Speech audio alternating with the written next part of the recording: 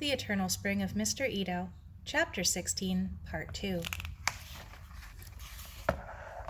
She didn't tell Maggie that she also said Namu Amida Butsu each time to make it feel at home. Whose is it? Sara paused, but Maggie had a right to know. It belongs to the Itos, she said. I'm taking care of it till they come back. She couldn't tell her about Mr. Ito. Not yet. It's a corker, but you better be sure your uncle never lays his minces on it.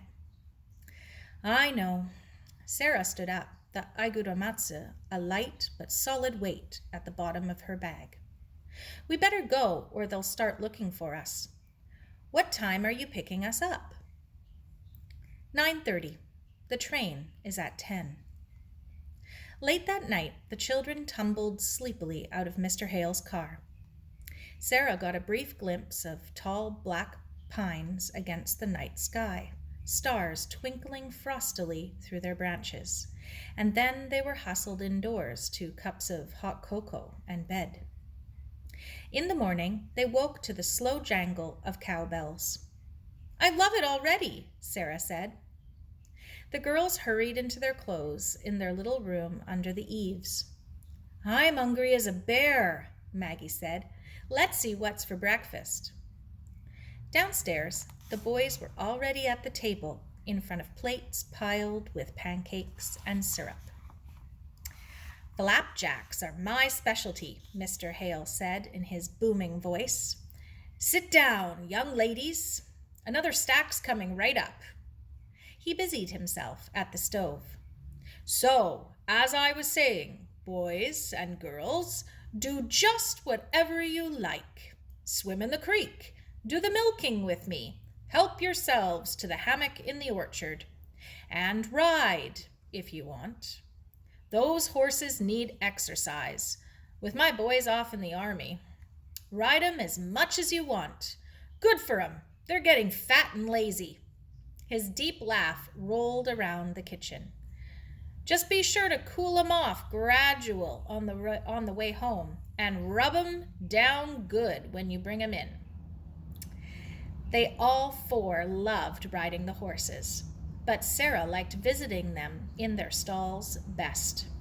The soft whicker of their welcome as she entered the warm, ripe-smelling barn, the muffled stamp of their hooves in the thick straw underfoot, the contented swish of their tails as they snuffled through their oats, the velvety tickle of their lips on her palm as they carefully accepted her offerings of apple and sugar.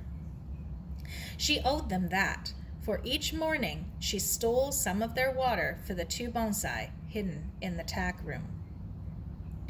They learned how to care for the horses and control them and, before long, graduated from walking sedately around the courtyard to trotting, then cantering around the field. When they weren't riding, they gathered warm eggs from under the skittish brown hens and helped Mr. Hale round up the cows. On warm nights, they lay under the stars, listening to the shivery call of owls whirring softly overhead.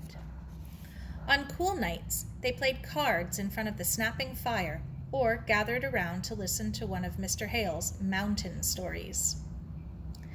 Kokanee Creek tumbled almost out of control from the wooded hill that rose behind the little farm.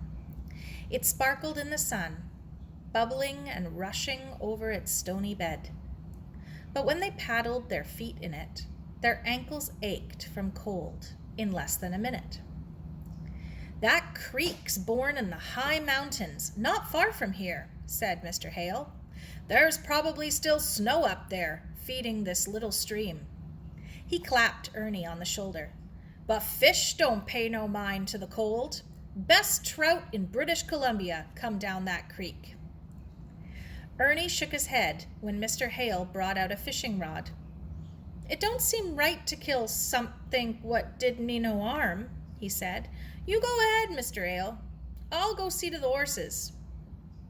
Ernie spent hours with the horses, silently brushing their tails and manes, currying their solid, round bellies, scrubbed to a shine with stroke after stroke after stroke, his arm thrown over their strong backs, his flushed face pressed into their accepting flanks. By week's end, Mr. Hale said they were expert enough to try a trail ride, and led them in single file through the pines behind the house and over the hill into a stand of birch.